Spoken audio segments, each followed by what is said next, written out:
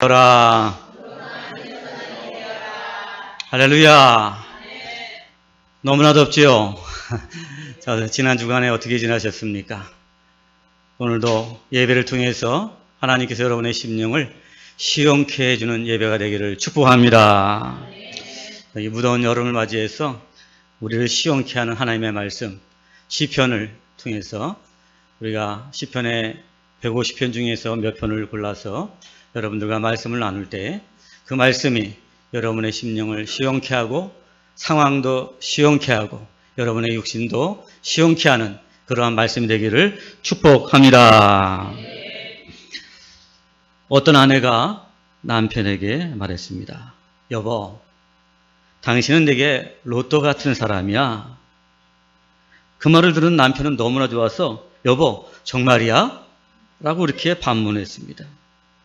그러자 응, 어쩌면 그렇게 안 맞아? 이렇게 대답했답니다. 가까이 하면은 닮는다라는 말이 있습니다만은 그래서 부부가 가까이 살기 때문에 점점 닮아가는 것 같습니다. 뭐든지 이렇게 가까이 하면은 닮아갈 수밖에 없죠. 공부를 잘 하려면 공부 잘하는 사람을 가까이 하고 운동을 잘하려면 운동 잘하는 사람을 가까이 하면 되고 노래를 잘하려면 노래 잘하는 사람을 가까이 하면 됩니다. 내가 영적으로 성장하려면 어떻게 돼요, 여러분? 신앙 좋은 사람을 가까이 하는 거예요, 이제. 그렇다면 여러분 복 받고 싶지요? 복을 받으려면 무엇을 가까이 해야 할까요? 우리 3절 말씀 같이 한번 보십니다. 시작. 그는 시냇가에 심은 나무가 철을 따라 열매를 맺으며 그 잎사귀가 마르지 아니함 같으니 그가 하는 모든 일이 다 형통하리로다. 아멘.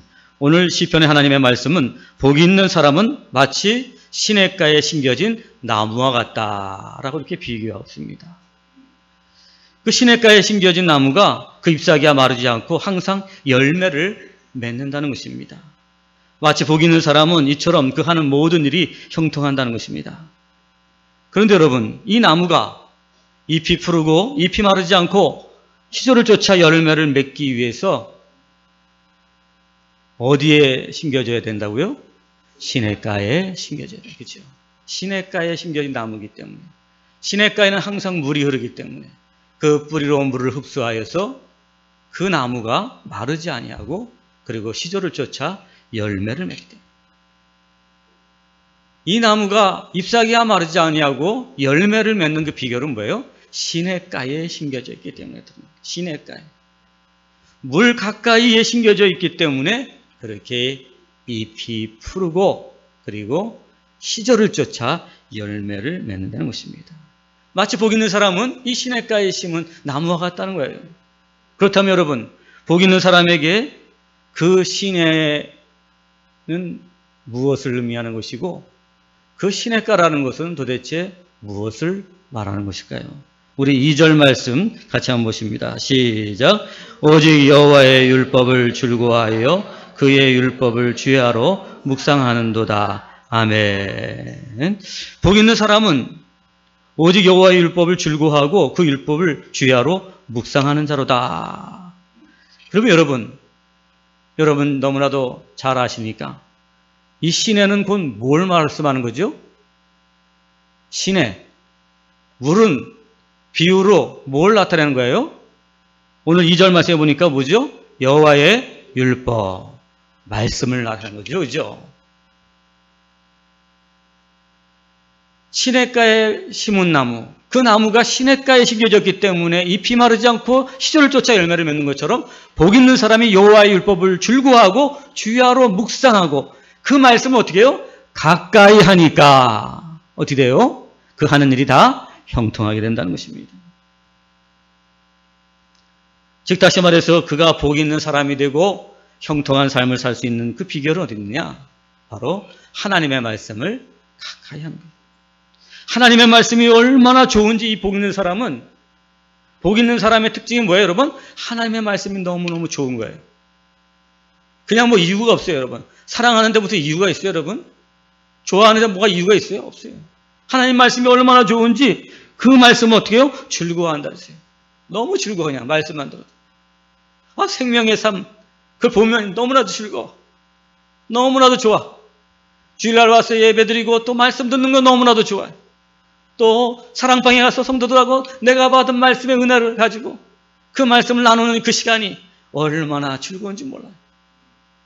복 있는 사람의 특징은 어때요? 말씀이 그냥 즐거운 거예요. 말씀이 달짝지근한 거예요. 그리고 어떻게 해요? 그 말씀이 얼마나 좋은지 주야로 묵상한다고 주야로. 정말 이 복 있는 사람이 얼마나 말씀을 가까이 하는지를 우리는 이 시적인 표현을 통해서 우리가 잘 알 수 있습니다. 하나님의 말씀을 즐거워하고 주야로 묵상하는 자로다. 하나님의 말씀을 아주 가까이 하는 사람이라는 것을 알 수가 있는 거예요. 즉 다시 말해서 복 있는 사람은 하나님의 말씀을 아주 가까이 하는 사람이다 말합니다. 시냇가라며 여러분. 시냇가라는 것은 신의 옆, 그죠? 신의 바로 옆을 말하는 거 아니에요, 그죠? 시내에서 나무가 자라기엔 가장 가까운 곳이에요, 그죠? 그러니까 시냇가라는 것은 뭐냐면 바로 그 나무와 물과의 관계가 얼마나 가깝다는 것을 말합니다, 그죠? 즉 다시 말해서 오늘 시냇가에 심겨진 나무와 같다 복 있는 사람은 그것은 뭐예요, 여러분? 하나님의 말씀과 얼마나 가까이에 있느냐. 그것을 말해서 시냇가에 심은 나무라는. 여러분들이 하나님의 말씀과 아주 가까이 있으면은 하나님의 말씀을 즐거워하고 주야로 묵상하면은 그것이 하나님 말씀을 가까이 있음으로 말미암아 여러분들이 어때요? 복 있는 사람이 되어서 그 잎사귀가 마르지 않고 그 입이 청청하고 그래서 얼굴에 생기가 돋고 그 하는 모든 일들이 어떻게 해요? 형통하리로다. 할렐루야. 말씀이 내 안에 있으면 얼굴에 막 생기가 도는 거예요. 물질이 있어서가 아니라 세상에 어떤 권력이 있어서가 아니라 어떤 명예가 내게 주어져서가 아니라 뭐예요? 하나님의 말씀이 있으니까 내 얼굴에 생기가 돼. 얼굴이 마르지 않은 거예요. 뭐 수분을 뿌리지 않아도 돼요. 수분 크림을 얼굴에 바르지 않아도 돼요. 말씀이 내 안에 있으면 어떻게 돼요, 여러분? 잎이 마르지 않는 것처럼 그 얼굴이 어떻게 해요? 생기가 막 도는 것입니다. 그리고 그 말씀이 내 안에 있으니까 어떻게 돼요, 여러분? 바로 시절을 쫓아 열매를 맺는다. 열매 맺는 인생이 되는 거예요. 열매 맺는 인생. 복 있는 사람은 어쨌든 하나님의 말씀을 가까이 하는 것이다 하는 것을 성경에 보니까 하나님의 말씀을 가까이 하는 사람은 다 복을 받았습니다. 여러분 잘 아시는 믿음의 조상 아브라함도 하나님의 말씀에 순종하여서 갈대아 우르를 떠날 때에 갈 바를 알지 못하고 떠났습니다. 여러분 갈 바를 알지 못하고 떠났다. 갈대아 우르에서 가나안 땅까지 여러분 지도로 보면 엄청나게 먼 거리예요. 여기서 북경까지 가는 거리일 정도예요. 중국의 북경까지 가는 거리에 그 정도 거리를 갖다 갈 바를 알지 못하고 지금처럼 여러분 무슨 KTX가 있어요? 비행기가 있어요? 아무것도 없어요. 여러분. 그냥 걸어서 가든지 아니면 뭐 낙이나 타고 가든지 하든지 가고 해서 갔을 거예요. 그것도 자기 식솔들을 다 끌고 갔어요. 갈 바를 알지 못하고 갔어요. 여러분 그건 뭐예요? 그만큼 하나님의 말씀을 즐거워했다는 거예요. 그죠? 하나님의 말씀을 가까이 해서 내 모든 삶보다도 뭐예요? 하나님 말씀을 더 가치로 여겼다. 그래서 어떻게 됐어요? 가나안 땅에 들어가서 믿음의 조상이 되고 하나님의 복을 받게 되고 모든 하는 일들이 형통하게 된 줄로 믿습니다. 할렐루야. 하나님의 말씀을 가까이 한 다윗, 어쩌면 시편 1편도 이 다윗이 지은 시가 아닌가 생각하지만 다윗의 시를 보면 항상 그 여호와의 말씀을 얼마나 사랑하는지 그 다윗이 그 하나님의 말씀을 사랑한다는 것이 구구절절히 나와 있는 것을 보게 됩니다. 그는 하나님의 말씀 따라 살아왔습니다. 그는 어떠한 상황에서 어떠한 처지에 있으면서도 불구하고 기도하러 나가서 하나님께서 음성을 주는 대로 또한 선지자들이 제사장들이 그에게 여호와의 말씀을 전한 대로 그대로 믿고 순종하였습니다. 그래서 여러분 지난 우리 7월호 생명의 삶 묵상하면서 다윗이 어디로 가든지 이기게 하셨다. 할렐루야. 이게 뭐예요, 여러분? 장군이 어디로 가든지 이기게 했다는 게 뭐예요? 형통한 거 아니겠죠? 왜? 다윗이 하나님의 말씀을 가까이 했어요. 그가 복 있는 사람이 됐기 때문에 그런 결과가 주어진 거예요. 근데 대부분의 사람들은 어떻게 해요? 결과만 생각하는 거예요. 내가 복만 생각하는 거예요. 복 받는 것만 생각하는 거예요. 그런데 여러분, 그 결과가 오기 위해서 뭐가 있어야 돼요? 원인이 있어야 되는 거죠. 그 원인이 뭐예요? 여호와의 말씀을 줄고하고 주야로 묵상하는. 여러분, 하나님의 말씀을 가까이 하면 그 하는 일이 다 형통하는데, 여러분, 그 하나님 말씀을 가까이 하면 왜 복 있는 사람이 되고 그가 그 하나님의 말씀으로 말미암아 복을 받을까요? 형통한 삶을 누릴 수 있을까요? 왜 그럴까요? 우리 1절 말씀 같이 한번 보십니다. 시작. 복 있는 사람은 악인들의 꾀를 따르지 아니하며 죄인들의 길에 서지 아니하며 오만한 자들의 자리에 앉지 아니하고. 아멘. 복 있는 사람은 하나님의 말씀을 가까이 하는데 그 말씀이 죄를 분별하고 죄를 이기게 한다는 거예요. 하나님의 말씀이 어떻게 돼요, 여러분? 복 있는 사람들은 하나님의 말씀을 가까이 하는데 악인들의 꾀를 따르지 아니하고 죄인들의 길에 서지 아니하고 오만한 자들의 자리에 앉지 아니하게 한다는 거예요. 무엇이? 말씀이라는 거예요. 말씀이. 그 말씀이 선악을 분별하는 지혜를 주고, 그리고 어떻게 해요? 그 악을 물리치는 능력을 준다는 거예요. 무엇이? 하나님의 말씀이에요. 그렇기 때문에 복 있는 사람들은 죄악을 분별하고, 그리고 선악을 분별할 뿐 아니라, 그리고 그 죄를 이김으로 말미암아 복 있는 사람이 되어서 형통하게 된다는 것입니다. 그런데 여러분, 말씀을 가까이 하지 않으므로 죄를 짓고 악을 행하고 오만하면 그 인생은 어떻게 해요? 망하게 된다 하는 사실입니다. 우리 4절 6절 말씀 같이 해보십니다. 시작. 악인들은 그렇지 아니하며 오직 바람에 나는 겨와 같도다. 그러므로 악인들은 심판을 견디지 못하며 죄인들의 의인들의 모임에 들지 못하리로다. 무릇 의인들의 길은 여호와께서 인정하시나 악인들의 길은 망하리로다. 아멘. 오늘 성경은 복 있는 사람의 반대말은 뭐라고 그랬죠, 여러분? 복 없는 사람이에요? 악인이라고 말하고 있습니다. 그렇죠? 악인은 뭐예요? 죄를 짓는 사람, 죄를 도모하는 사람, 그 오만한 사람, 바로 그 사람이 뭐예요, 여러분? 바로 악인이라는 것입니다. 그 악인은 어떻게 돼요? 의인이 말이에요. 시냇가에 심겨진 나무 같다면 악인은 바람에 나는 겨와 같다는 것입니다. 여러분, 시냇가에 심겨진 나무와 바람에 나는 겨를 복 있는 사람과 악인을 비유했어요. 그죠? 시냇가에 심겨진 나무와 바람에 나는 겨. 여러분, 이 특징이 뭐죠? 이 구별이 뭘로 되는 거예요? 바람에 나는 겨, 물가에 심겨진 나무, 어떤 차이가 있을까요, 여러분? 네? 생명력이 있다는 거예요. 그죠? 물가에 심겨진 나무가 여러분 열매를 맺는다는 건 뭐예요? 생명력이 있다는 거예요. 그죠? 근데 바람에 나는 겨는 뭐예요, 여러분들? 생명력이 없잖아요. 곧 아궁이에 던져져서 땔감으로 끝나는 거예요. 그죠? 그 생명력이 없다는 거예요. 바로 악인의 결과가 그렇게 되는 거예요. 죄를 짓고 죄를 이기지 못하고 악을 행하고 그리고 오만한 자의 자리에 앉으면은 결국 그 인생은 결국 망하게 된다는 것입니다. 왜 그런 결과가 오느냐? 하나님의 말씀을 가까이 하지 않기 때문이더라는 것입니다.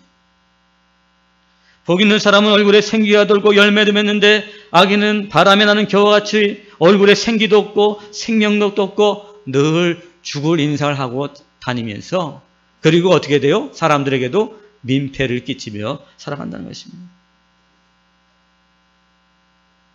지난주 뉴스 중에 그 한 뉴스가 된 뉴스가 하나 있죠, 여러분.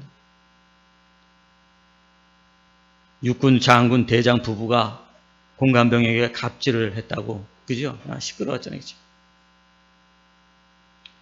그 대장 직무를 위한 공무를 위해서 성기라고 보낸 공관병을 사적인 일에 부려먹었어요. 근데 사적인 일도 부려도 그럴 수 있겠죠. 그것까지는 되는데 전자팔찌를 차고 말이지, 채우고 말이죠.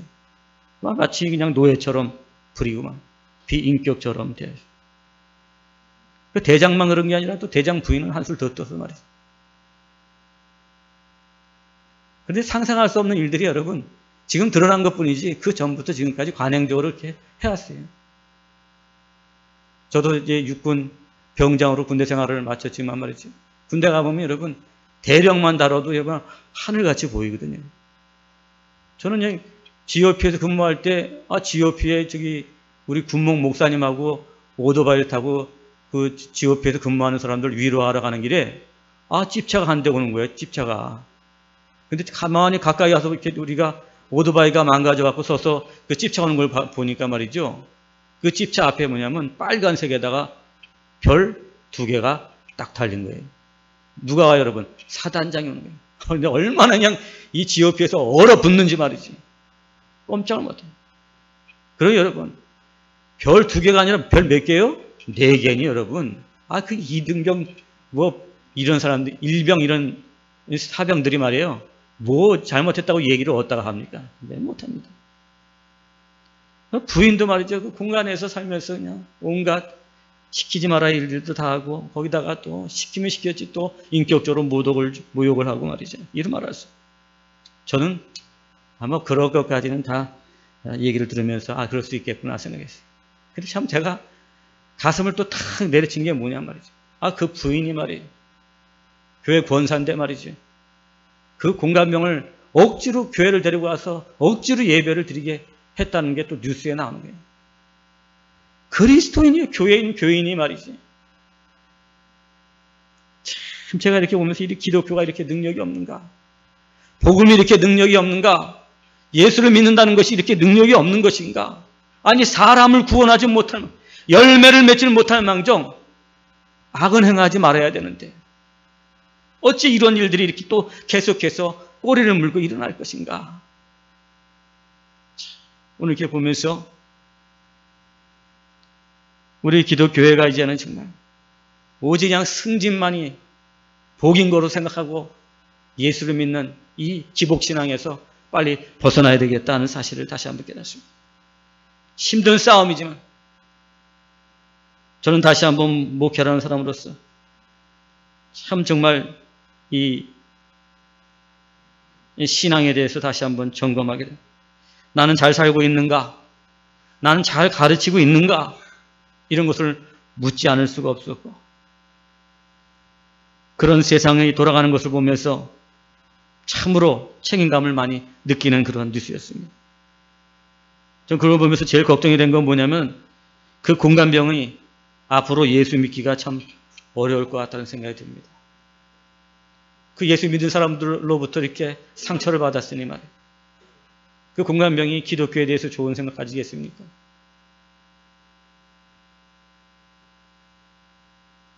저는 그걸 보면서 이 말씀을 준비하면서 생각하기를 이 대장 부부가 말이죠. 교회는 나갔지만은 하나님의 말씀을 가까이 하지는 않았다 하는 생각이 듭니다. 그렇기 때문에 여러분 그렇게 악하고 그렇게 오만하지 않았을까 저는 생각합니다.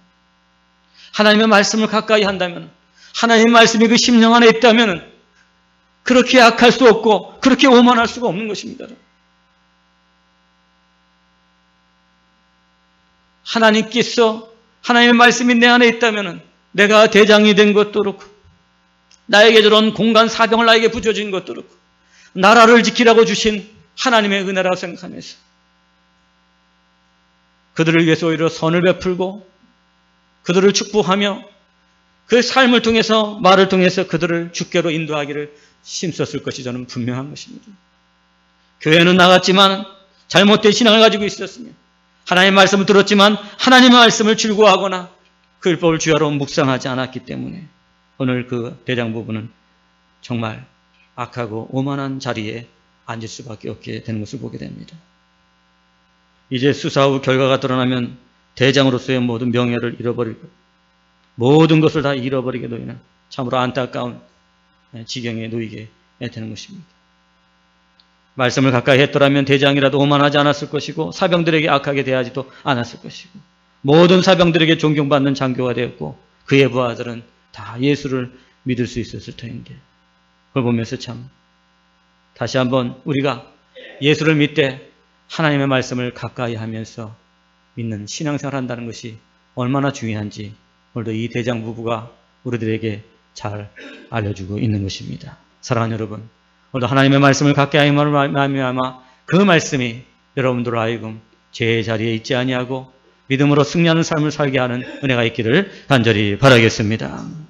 우리 2절 말씀 같이 다시 한번 보십니다. 시작. 오직 여호와의 율법을 아멘. 그 여호와의 율법이 말씀이 내 안에 있으면은 어떻게 이렇게 우리가 죄를 이기고 오만한 자리에 앉지 않는가? 먼저는 여러분 그 말씀 말이죠. 말씀이 내 안에 충만하면 어떻게 돼요, 여러분? 이것이 악인의 꾀인지 아닌지, 이 자리가 오만한 자의 자리인지 아닌지, 이 길이 죄인의 길인지 아닌지를 어떻게 해요? 분별하게 한다는 거예요. 무엇이? 말씀이래. 말씀이래. 하나님의 말씀이 내 안에 있다는 것은 그 있는 것으로 끝나는 게 아니라 그 말씀이 나에게 뭐예요? 지혜를 준다는 거예요. 선악을 분별할 수 있는 지혜를 준다는 거예요. 아, 이것은 악인의 길이야. 이거는 죄인의 길이야. 이거는 오만한 자의 자리야. 분별하게 한다는 거예요. 구별하게 한다는 거예요. 지금 내가 말하고 행동하는 것, 그것이 죄악이고 오만한 것인지 먼저 분별할 줄 알아야지, 여러분. 하든지 안 하든지 할 거 아니겠죠. 근데 말씀이 있으면 어떻게 돼요, 여러분? 그것이 보인다는 거예요. 하나님의 말씀이 내 안에 충만하면은 그 말씀이 내게 능력이기 때문에 그 삶 자체가 내가 오늘도 이렇게 말하고 이렇게 행동하는 이 모든 것들이 악한지 선한지를 어떻게 해야 돼요? 밝히 보게 하여 주신다는 거예요. 그것이 바로 말씀의 능력인 거예요. 지금 내가 아무 생각 없이 말씀을 듣고 있는 것 같고 말씀을 묵상하는 것 같지만은 그 말씀이 어떻게 돼요? 내 삶의 현장에서 어떻게 해요? 선악을 분별하는 지혜를 내게 주도라는 것입니다. 할렐루야. 시편의 시인은 하나님의 말씀을 명철하여 우둔한 자를 지혜롭게 하느니라. 아멘. 미련하니까. 미련한 사람은 뭐예요? 끝을 몰라요, 여러분. 끝을 아는 사람이 뭐예요? 지혜로운 사람이에요, 여러분. 그죠? 하나님의 말씀은 명철하여 우둔한 자를 지혜롭게 한다는 거예요. 사랑하는 여러분, 하나님의 말씀이 명철. 세상의 그 어떤 지식보다도 하나님의 말씀은 완전하고, 그래서 오늘도 저와 여러분들이 하나님의 말씀이 내 안에 있을 때 그 말씀이 여러분으로 하여금 선악을 분별하게 하고, 그래서 어떻게 죄를 물리치고 복 있는 사람이 되어서 여러분의 삶을 형통하게 만들어가는 것입니다. 할렐루야. 그러니까요. 그렇기 때문에 여러분들이 생명의 삶을 통해서 말씀을 매일마다 묵상하고, 그리고 그 말씀을 즐거워하고, 그래서 사랑방에 나가서 그 말씀을 나누는 것을 너무 좋아해요. 그러다 보면 어떻게 돼요, 여러분? 그 말씀이 여러분의 삶 가운데 선택을 하게 됩니다. 올바른 길로 선택하게끔 만들어요. 그 분별하는 지혜를 주었어요. 하고 나니까 어떻게 돼요? 그것이 나에게 복이 되고, 그것이 나에게 유익이 되고, 물질의 유익도 되고, 그리고 영혼의 유익도 되고, 내 마음도 평안해지는 그 길을 선택했다는 사실을 깨달아 알게 되는 거예요. 할렐루야. 그것이 뭐예요, 여러분? 간증이잖아요. 그게 간증이죠. 말씀대로 살았더니 내게 이렇게 복이 되었습니다. 말씀대로 살았더니 물질의 유익이 왔습니다. 말씀대로 살았더니 내 마음이 얼마나 천국 같은지 모릅니다. 이렇게 저런 게 뭐예요? 그게 바로 간증이에요, 여러분. 간증이라는 게 뭐 죽었다가 살아나는 것만이 간증이 아니잖아요. 말씀대로 살았더니 이런 결과가 주어졌다. 이런 복이 됐다는 거예요. 너무 좋은 결과가 되었고 내가 상상하지 못하는 그런 결과가 내게 주어졌습니다. 하나님의 은혜입니다. 하나님의 말씀은 선악을 분별하는 지혜를 주신다. 우리 시편 119편 105절 말씀에는 보니까 주의 법은 내 발의 등이요 내 길의 빛이니이다, 이렇게 말씀하고 있습니다. 주의 법, 주의 말씀은 내 발의 등이요 내 길의 빛이다. 내 가는 길을 어떻게 해야 돼요? 다 밝혀준다는 거예요. 내 삶의 모든 것들을 어떻게 돼요? 다 밝혀준다는 거예요. 하나님의 말씀이 내 안에 충만하면 내 삶이 환하게 밝혀주니까 어디가 길인지 아닌지를 알게 되어서 어떻게 해요? 바른 길로 걸어가게 된다는 거예요. 그게 복 있는 사람이에요. 걸어가다 보니까 그 끝에 가서 보니까 어떻게 돼요? 형통하게 되었다는 거예요. 근데 우리는 형통한 것만 생각하고 내가 지금 무엇을 선택하는지, 그리고 무슨 길로 가는지를 그건 생각하지 않는다는 것입니다. 거기에 우리들의 신앙생활에 맹점이 있다는 거죠.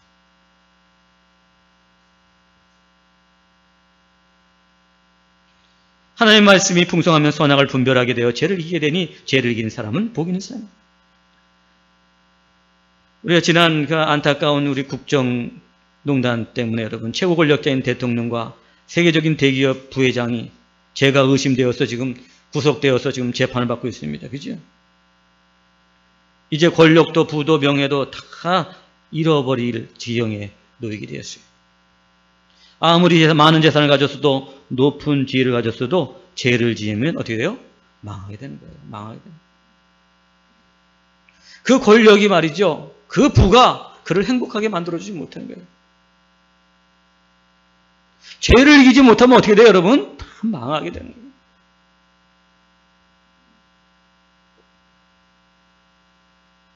죄악을 분별하고 선악을 분별하는 사람이 복 있는 사람입니다. 할렐루야. 복 있는 사람. 죄악과 선악을 분별하는 힘이 어디 있어요? 하나님의 말씀에 있는 거예요. 여러분, 형통한 사람이 되기 원합니까? 그러면 선악을 분별하는 하나님의 말씀을 여러분의 마음속에 두기를 간절히 바라겠습니다. 할렐루야. 그런 시인은 이걸 알았기 때문에 여호와 율법을 줄구하고 주야로 묵상한다는 거예요.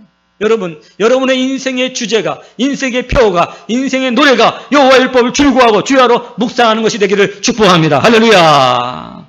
사랑하는 여러분, 날마다 하나님의 말씀을 줄구하시고 묵상하심으로 선악을 분별하심으로 복 있는 사람이 되기를 간절히 바라겠습니다. 한 걸음 더 나가서 여러분, 하나님의 말씀은 죄를 이기는 능력을 우리에게 주는 거예요. 오늘 본문에 보니까 뭐라 그랬어요? 1절 말씀에 보니까 복 있는 사람은 악인의 꾀를 따르지 아니하며 그랬죠. 그죠? 그 다음에 죄인들의 길에 서지 아니하며 오만한 자들의 자리에 앉지 아니하고 아니한다는 거예요. 거절한다는 거예요. 내가 어떤 것을 선택하고 거절할 수 있는 능력이 누구한테 있어요? 복 있는 사람한테 있는 거예요. 죄를 거절하고 오만함을 거절하고 악한 것을 어떻게 거절하는 능력이 누구한테 있어요? 복 있는 사람한테 있다는 것입니다. 사랑하는 여러분, 여러분 잘 아시는 우리 믿음의 족장 중에 요셉 있죠? 요셉은 형제들한테 버림받았습니다. 그래서 노예로 팔려와서 보디발의 집에서 살았습니다. 그리고 억울하게 누명을 쓰고 옥중에 2년 동안 갇혀서 아무도 찾아오지 않은 어두운 옥중에서 생활했습니다. 여러분, 그런데 그가 그것으로 끝났습니까? 아닙니다. 그는 마침내 그 애굽의 총리가 되어서 그 애굽을 살릴 뿐 아니라 만민을 살리고 가족까지 살리는 하나님의 구속사의 도구로 쓰임받는 형통한 자가 되었습니다. 여러분, 요셉이 어떻게 이렇게 형통한 자가 되었을까요? 오늘 성경 창세기 39장 이하의 요셉의 그 인생을 통해서 하나님 우리에게 분명하게 말씀해 주고 있습니다. 여러 가지 그가 형통한 삶을 살게 된 비결이 있었지만 그 중에 하나가 무엇이었습니까? 바로 그가 죄를 이기는 삶을 살았기 때문이었습니다. 죄를 이겼다. 보디발의 아내가 요셉의 준수함을 알고 어떻게 해요? 성적으로 유혹해 왔습니다. 그러나 내가 하나님 앞에서 어찌 득죄하리요? 그는 죄와 정욕을 어떻게 해요? 물리쳤던 것입니다. 그는 그 보디발의 아내의 그 유혹을 물리쳤을 때 주어지는 결과를 그 끝을 알고 있었어요. 어떻게 됐죠, 여러분? 누명을 쓰고 옥에 가뒀습니다. 내가 비록 옥에 갇힐지라도, 내가 정말 죽을지라도, 내가 누명을 쓸지라도, 내가 억울함을 당할지라도 나는 죄를 범하지 아니하며, 나는 죄인의 길에 서지 아니하며, 내가 악을 행하지 아니하며, 이 오늘 죄를 거절하는 능력이 그에게 있었기 때문에 그의 인생이 형통한 인생이 되었고 복이 있는 인생이 되어서 많은 사람들을 구원하는 구원의 도구가 된 줄로 믿습니다. 그렇습니다. 죄악을 이기는 사람이 복 있는 사람이다. 그 삶이 반드시 형통합니다. 하나님은 바로 그런 사람을 쓰기 때문에. 하나님은 어떤 능력 있는 사람을 쓰는 게 아닙니다. 하나님께서 어떻게 부자를 쓰는 게 아닙니다. 하나님은 어떻게 무슨 권력 있는 사람을 쓰는 게 아닙니다. 하나님은 거룩한 사람을 쓰는 것입니다. 할렐루야. 내가 오늘도 거룩하기만 하면 하나님은 나를 쓰시는 거예요. 하나님은 거룩하시기 때문에 거룩한 사람을 통해서 구원의 역사를 나타내시고 영광을 받아 주시는 거예요. 할렐루야. 죄를 이기는 거예요. 세상과 맞서 싸우고 죄악과 싸우고 그 죄악과 싸워서 이겼으니 거룩한 제사장이 되는 거예요. 거룩한 제사장이 되면 하나님께서 나를 사용해 주시는 거예요. 시편 119편 11절에 내가 주께 범죄하지 아니하려 하여 주의 말씀을 내 마음에 두었나이다. 아멘. 누가 죄를 이깁니까? 바로 주의 말씀을 가까이 하는 사람입니다. 주의 말씀이 범죄하지 않도록 나를 막아주신다는. 할렐루야.